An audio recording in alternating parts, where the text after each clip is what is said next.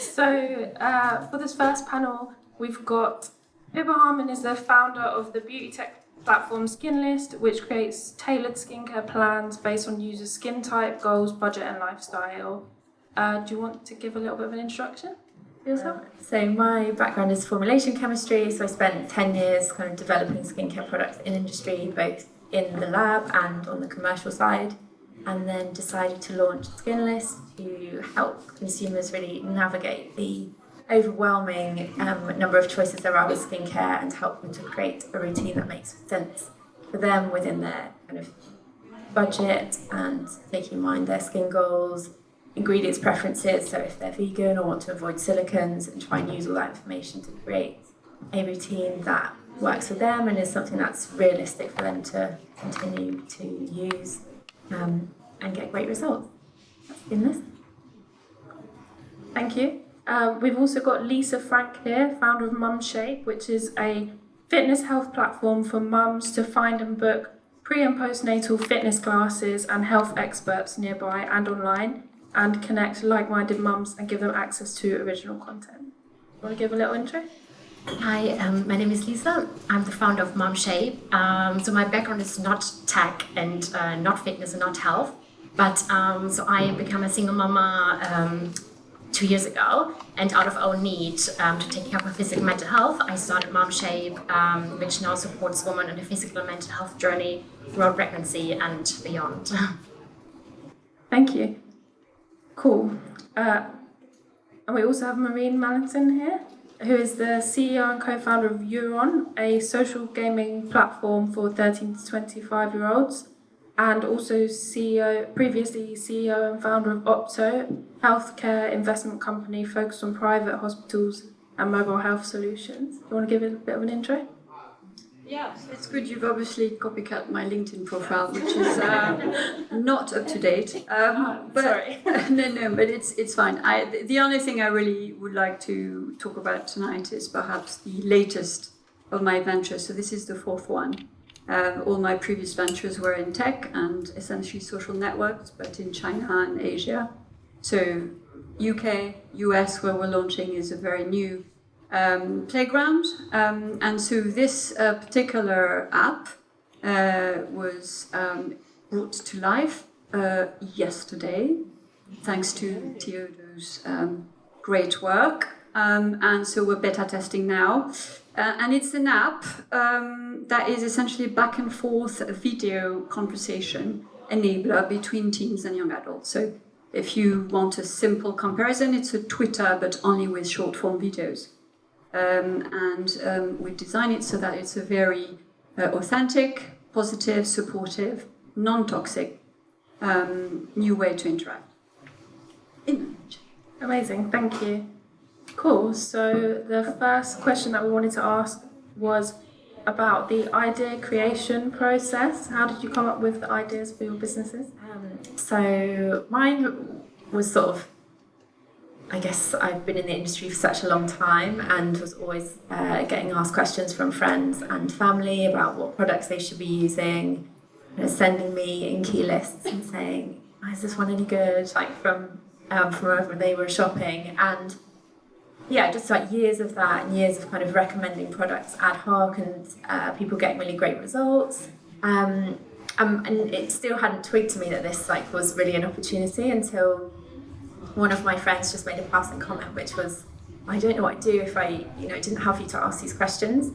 And then I started to think about what people were actually doing and started to realise that there wasn't really an option for unbiased information that was kind of professionally led. So you could go into Boots or Selfridges or to a counter and get information from that person about that brand, or you could kind of blind choose something in Boots that you like the packaging of, or you could go online and then you have kind of all these different people, influencers talking about the brands that they like, and there's no real guarantee about whether that's right for you or not. So kind of realised that it was a really overwhelming space and the consumer was wasting a lot of time and a lot of money on products that weren't right for them. So yeah, I guess I just wanted to create a space where the consumer could come for truly trusted information and make sure that what they were receiving was personal to them as well. So I guess really the idea was a long time coming, but then sort of hit me in the face with the light bulb moment.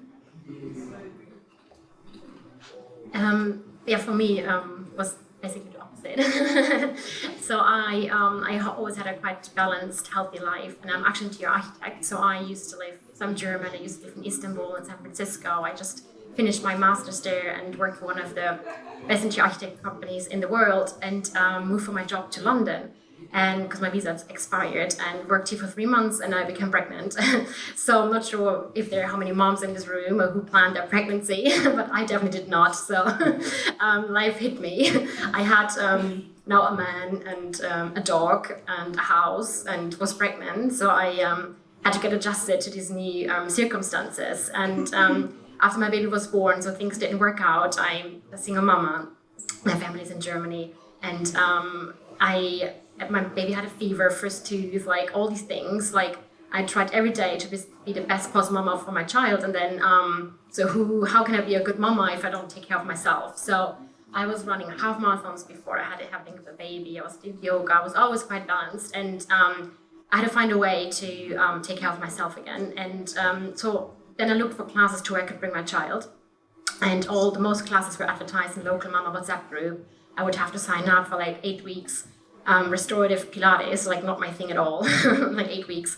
And so I started setting up the first platform where mamas could find pre and postnatal classes just for my local community.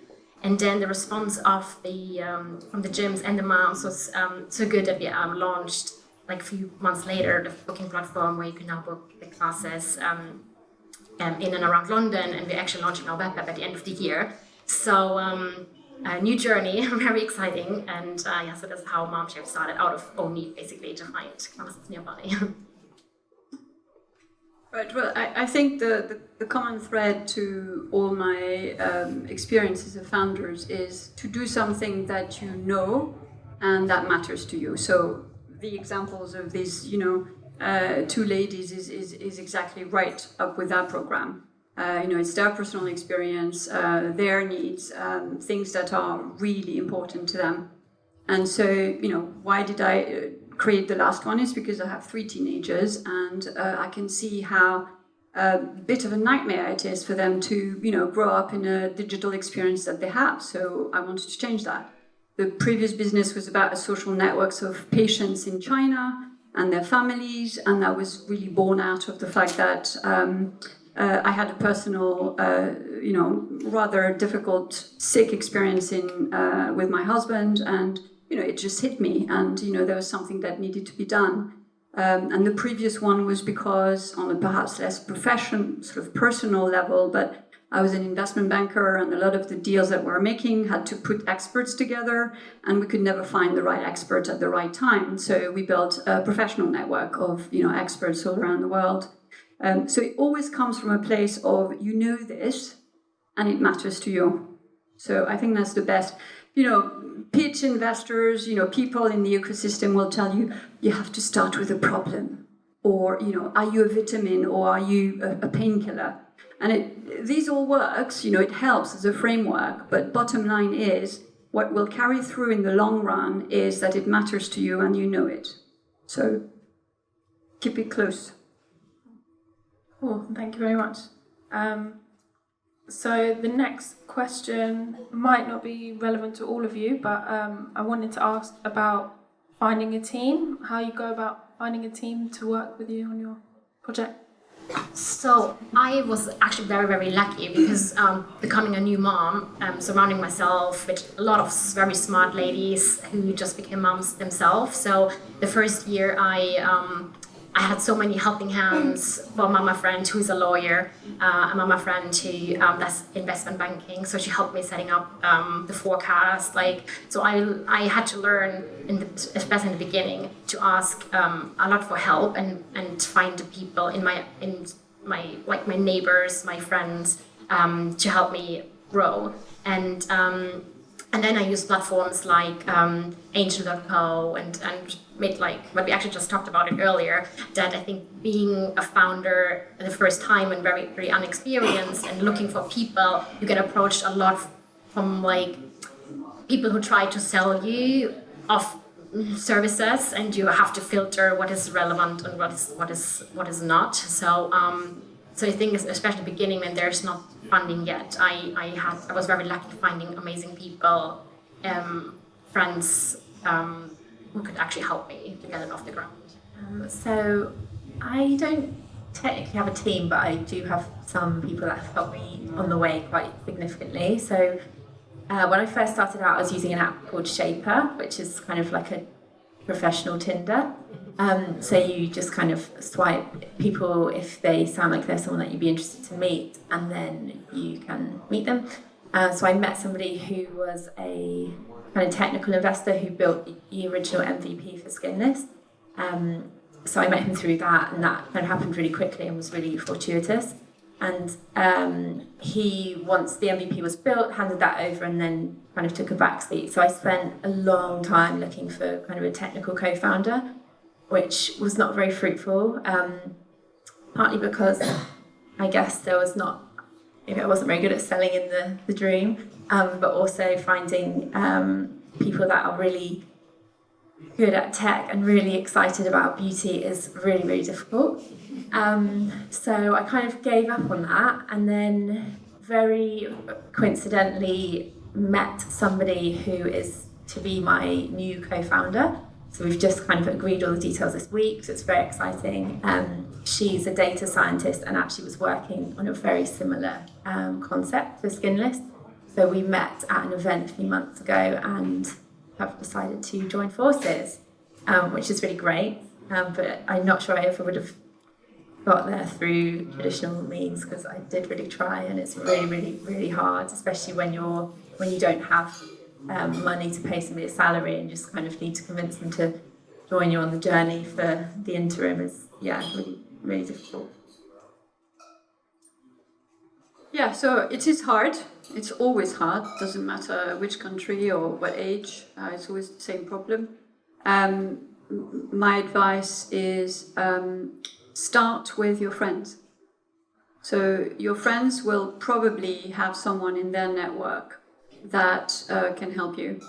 And the reason I'm saying start with your friends is because they know you, and so they're more likely to filter for you people that you will get on with. The co-founding journey is rough, but if you get it right from the get-go, it's magical. You'll have the best ride, you'll have the best stories, you'll have the best experiences. And so chances are that if you tie up with someone who, share similar values, laugh at the same jokes, is not tired when things get rough, it will be a better match. Cool, thank you all for that. Very interesting answers. So our next question is about the struggles of your journey. What are like the most difficult parts of the journey for you guys? For me, it's a bit different now that I've discovered this Western ecosystem, which is very different from the pace and the scale of things in Asia and the US. It's the chicken and egg for me. So it's, you have to essentially demonstrate market fit to get DOSH, get investors. And to get market fit, you need to have DOSH to hire the people to get you to market fit. So it's that conundrum that's a little bit difficult. So it's a constant act of prioritizing what you can get to do with, maybe not all of the team that you'd hope you get because you're a bit strapped by cash. So I think on my journey, the biggest challenge is starting a business, being a mom and out of my own need, having a mama problem, to then become an expert in this field, talking to investors or talking to health experts, and making clear that it's not just a mom running a business, which maybe where it started at one point, but it's now someone who actually runs a business with a goal and with a vision. So I think that's, and it's similar in the process of doing that.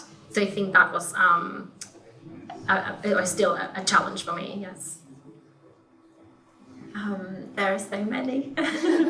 I think one of the biggest things for me, one of the biggest challenges so far has just been the kind of mindset and kind of in the beginning, leaving your job, which is secure and you kind of have a bit of structure in terms of what you need to be working on at any one time, and then going into just having loads to do across loads of different areas of the business and trying to reprioritize that is really overwhelming. And I think one of the biggest challenges for me was just not losing my mind.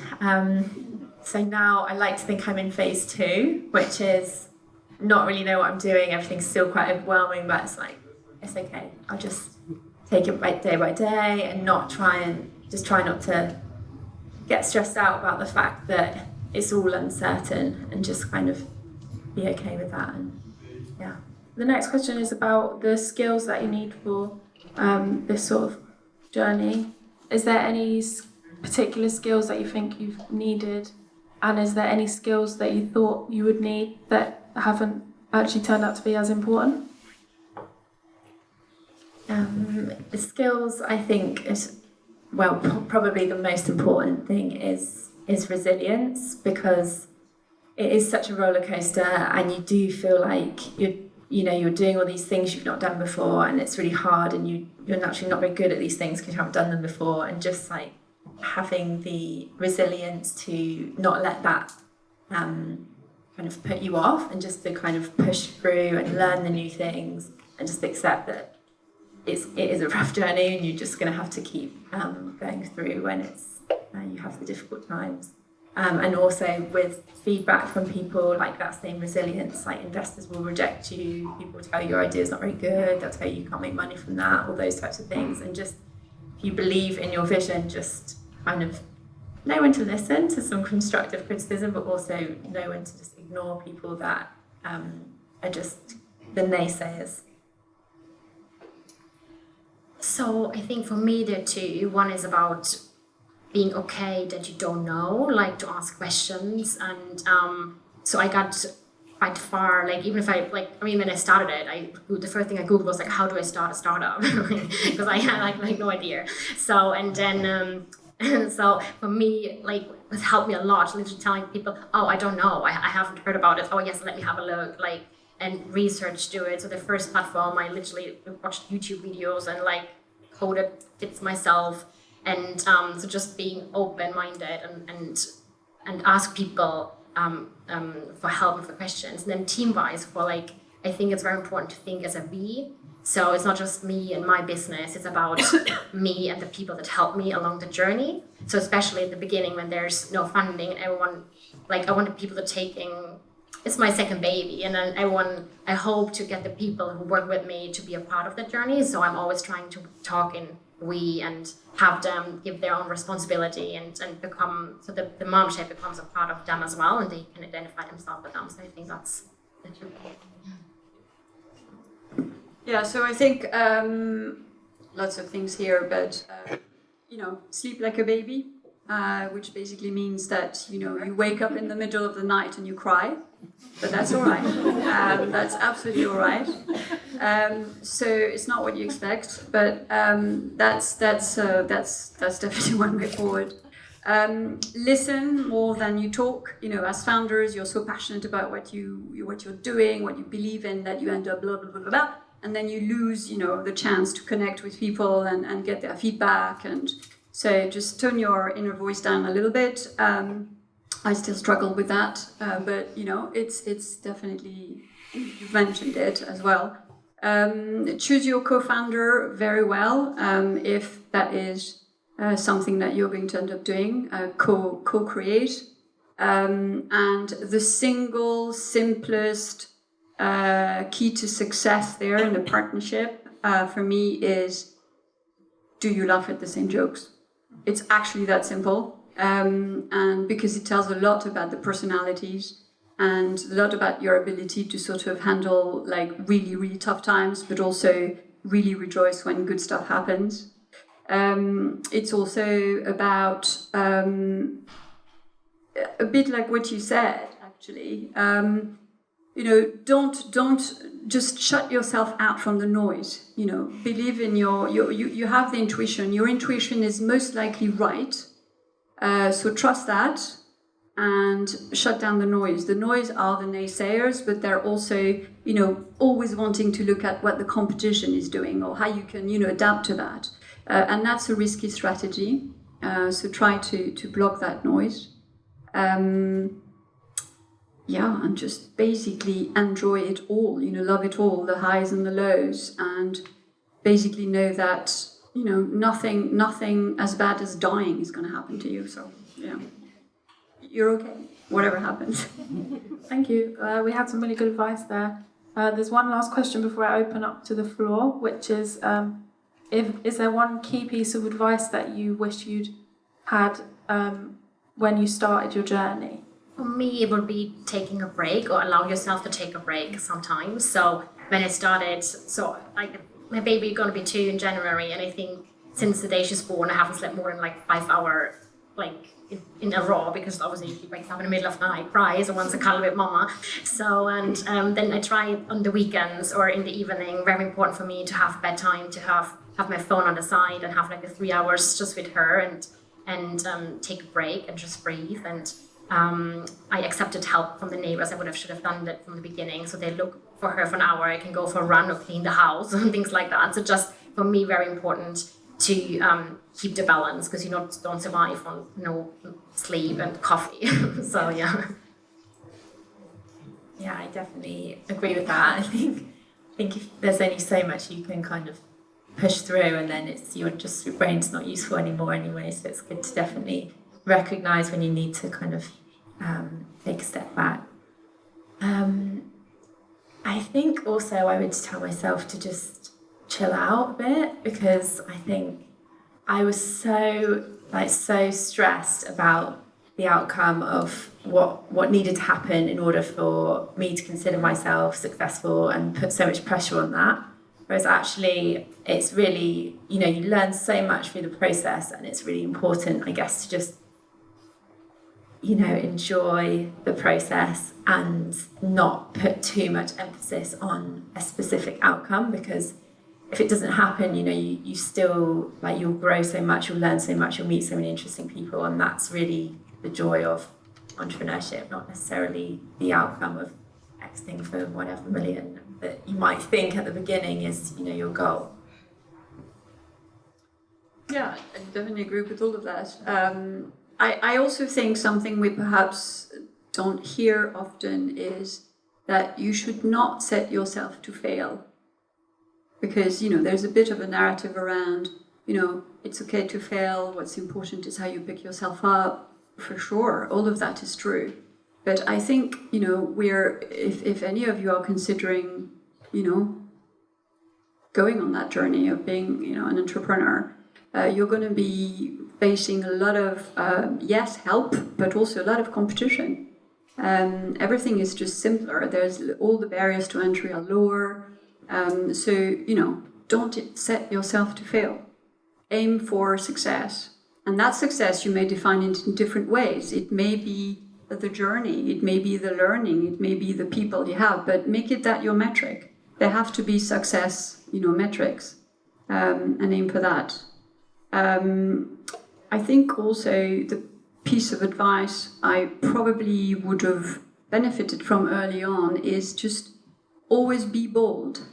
It's always easier to be hit by reality and have, sort of focus on what cannot be done. And people will tell you that all the time, including your users, including your own, the people who sort of drive your success. So just be bold all the time. Enjoy it, because it's a when you have it. So there's nothing that compares to it, actually. So, sorry, I just said I set up my own business 6 months ago, and get approached by 1,000,001 investors or guidance and services. At what point did you decide that you needed investment, that was required? I'm lucky I've grown through business. I've managed to hit the ground running. But what made you decide now I need to go and get money from somebody else? if you've got 1,000,001 person banging on your door, you're doing something really, really well. Not 1,000,001, it's not usually a common story to entrepreneurs. It's rather the other way around. So I think it's, first of all, it's the money is not orderless. So, not every dollar is equal when it comes to, welcoming an investor into the fray of what you've built. So you have to first ask yourself, perhaps before whether you need the money, is what does that person or what does that company bring to my business? What is it that they offer me beyond the money that I can't do with another piece of, a cash or on my own for that matter? So just try to flip the coin a little bit and sort of ask yourself, what do they put on the table beyond money? And you might find that in the human discovery of what these people have to give to you, or whether you just enjoy their company, there's something out there that you might not be able to really define, but it might just be that, they've talked to you about a marketing strategy or, a particular other company in their portfolio that you might see doing a partnerships with or something like that. So just look at it go beyond the money and just try to see whether there's something else to it. The other obvious metric is, if you have cash in the bank. If you don't, or if your cash flow is going to run, quite dry, then you need to give yourself at least 6 months before that happens to have had conversation with investors. It always takes longer than you think to raise money. I have a kind of two-part question. So first, how do you know when you need to jump in and start your own venture if you're working for another company? And second, if you've had ventures in the past, how do you know it's time to switch to something new? You don't. You don't know. It's a leap of faith. There are things that, you can go with the negative route, which is you wake up in the morning and you just don't want to go to the job place, or you don't want to have to face whoever it is in the workplace. You just don't have the mojo. It's not doing it for you. That can be like a sort of big alarm bell ringing. But chances are you might have a great idea, you might have a great partner, but you just don't know. So you just have to take a leap of faith. So I really believe in intuition, but because I know intuition is founded in very heavily neuroscientifically evident proof that that's what we should trust rather than our intelligence. So just go with your guts. It's always going to be a risk. But if you feel that it's like that risk is perhaps more exciting than what you leave behind, that's enough, I think. Also, would advise, if you're not completely sure, then definitely it's worth speaking to the job that you're in. I had a really, really fortunate situation with the company I was working at, and I knew I wanted to do my own thing, and I said to my director, I was like, I think I want to do my own thing, I'm not really sure what it is, but can I work 4 days a week because I need the day to figure out what I want to do. She was really accommodating, and then she knew about Skinlist as it was growing, and as I kind of needed to spend more time on it, she offered me to go down to 3 days a week, which was really hard actually, and I don't think I would do that again, 3 days. I think 4 days is kind of the same as 5 days, and you can kind of keep on top of everything. 3 days, you can't really do a full-time role in 3 days, so it just became really difficult, and in the end I was doing both badly and just had to kind of commit. But I definitely say if you are in a kind of full-time job and want a little bit of time, it's definitely worth having the conversation, because I didn't think I'd be able to, but he said yes, so it helped me to dip my toe in, and that was kind of almost 2 years to finally leave. So for me, because I was on maternity leave when I started, so I had basically freedom, being off work, still being supported, and starting the company during that time and sleep time of my child. and I think there's actually quite a lot of support there. You just have to do your research to see like how you can get supported. Like in my case, I literally pitched I don't know how many times, and then I got like government funding, which was like not amazing, but at least it helped me for the next 6 months. So for me, I could just basically quit my job. I did not return after maternity leave and focus on that not full time, because then I had to figure out, okay, how do I support my child with childcare, right? So then it started like step by step. But so now I'm getting a childcare support, so I can actually send my child to childcare while I'm focusing on my work now 4 days a week. So I think there's quite a lot of options out there if you want to start your own business, and how you can actually be supported through government funding. So I was quite lucky that it just happened like that. So for me, going back to work as a single mom was not even worth it. So I was actually in a quite lucky position to be a single mom in this case. Thank you. Hi there. Can I ask, Marie, how did you get funding for your first ventures, and also, Lisa, what government funding did you access, and also if you had any funding as well, and if it was. Thank you. So for me, as long as my child is under 3, I'm basically not required to work. And then I told him I would like to start my own business. And then I had to submit business plan and everything. And then I had to take like a course basically. And then they liked the idea, they see the potential. And so for the last year, basically have like a mentor, but he literally calls like once a month, asks if you have questions. He sends me links to events I would like to go. So I think to be honest, I don't know what it was called, but it was very helpful to get started, to access, like, for example, they're like, oh, I would like to apply for SEIS, EIS, tax. And I was like, wait, who do I talk to? And then they was like, well, there's a link. I think there's you have to be a little bit like go online, do your research. But I think there are a lot of options out there. In my case, being a single mom, to start your own business. So I basically now I'm in the lucky position to have like another year before I have to decide I would need funding, because I'm not able to self-fund a business. Thank you. So this is really, I think Lisa is adding up to the list of business cases of becoming pregnant seems to be the way forward. I never thought about that one. It came a bit late to me, that one, but. For me, it was angel investment. Going to personal network, network of network, sort of bit of domino effect. Angel is a bit of it's always a hard one, but you need to, the key is to identify people who are buying into you as a person and your vision, rather than necessarily the product, because, if you get into the sort of pitch of, no, but it will work, if people have to be convinced rationally, it's going to be a very, very long road. So just go to people who, believe in you and share your vision. For them also, it's a leap of faith, but it works.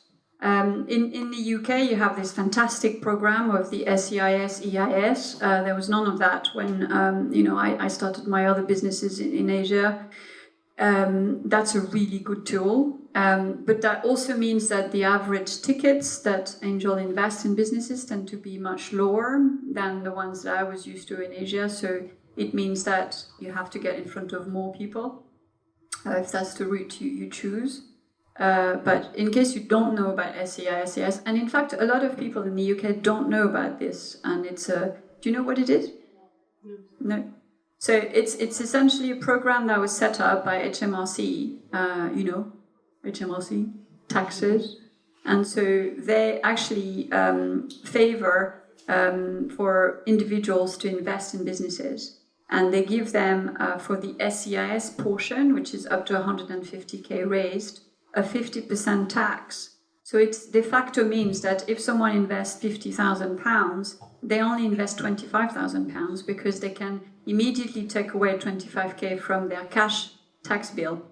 And if you're above 150k aggregated funding, you get into EIS, which goes all the way to, I think, £12 million, and they get 30% rebate.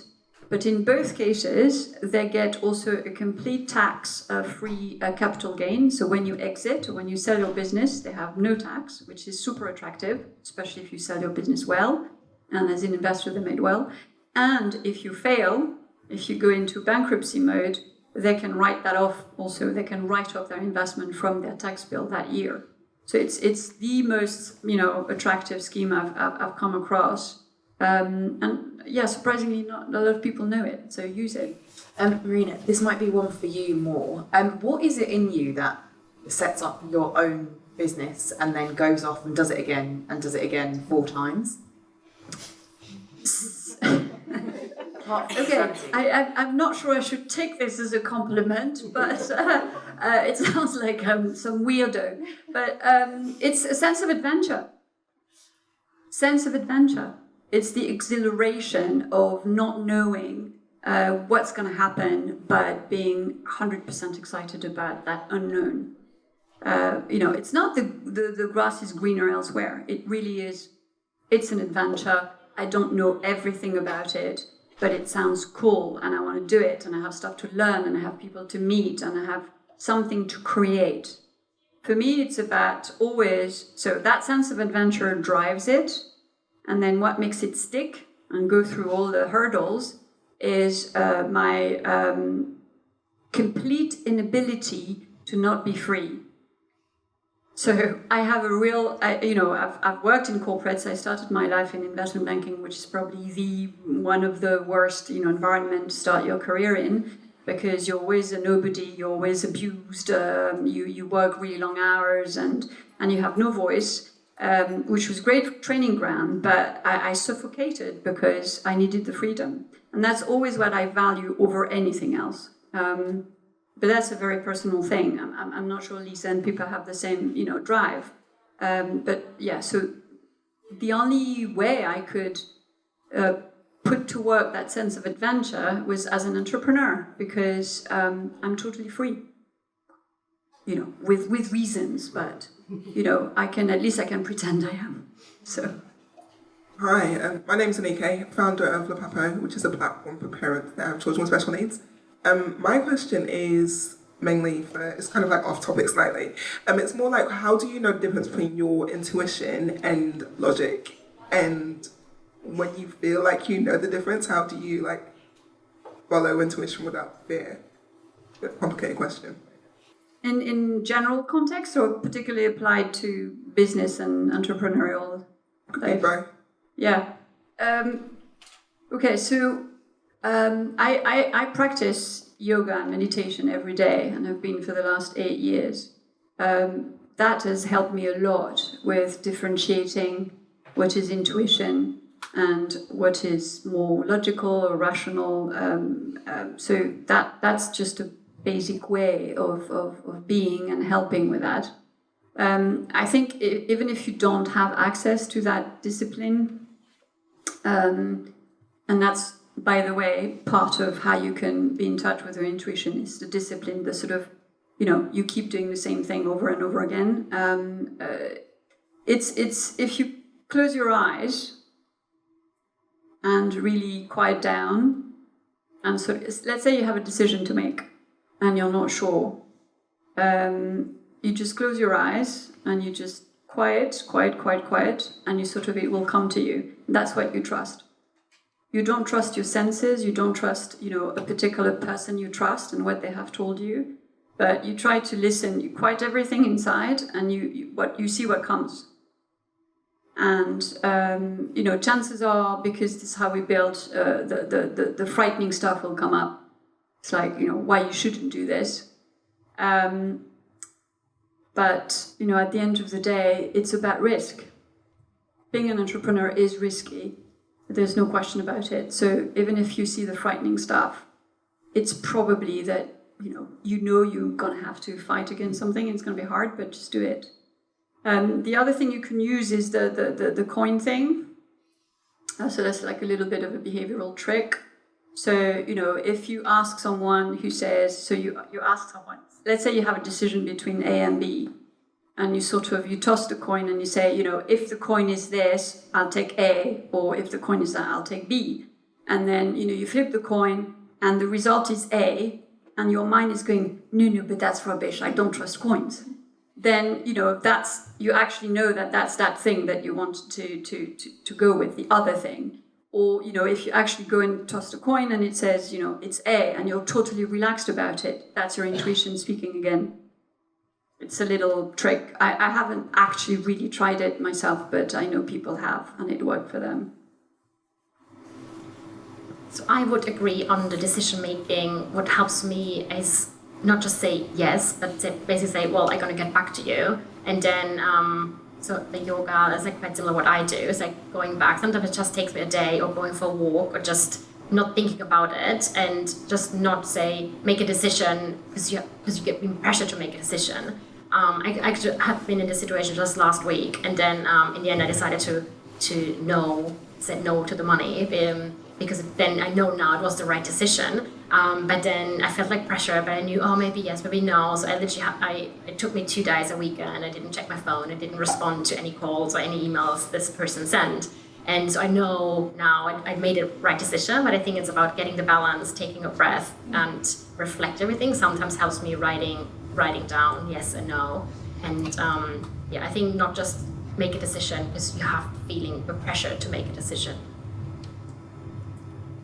I think sometimes it can also be maybe less intuition, more kind of decision making. But I have a friend who is very, very, very good at advice, and she never gives advice, but she just asks like a series of questions. I think if you have someone that knows you quite well that can sort of ask you questions to help you get to the point where you think something becomes quite obvious, the decision that needs to be made, that's, I think, really useful. So I don't know if there's anyone in your network like that, but I think they're kind of really valuable people that know how to give advice, really, just like know how to keep drilling down to why, or how you feel about each different element of the decision, and then it becomes quite clear what you should, what the outcome should be.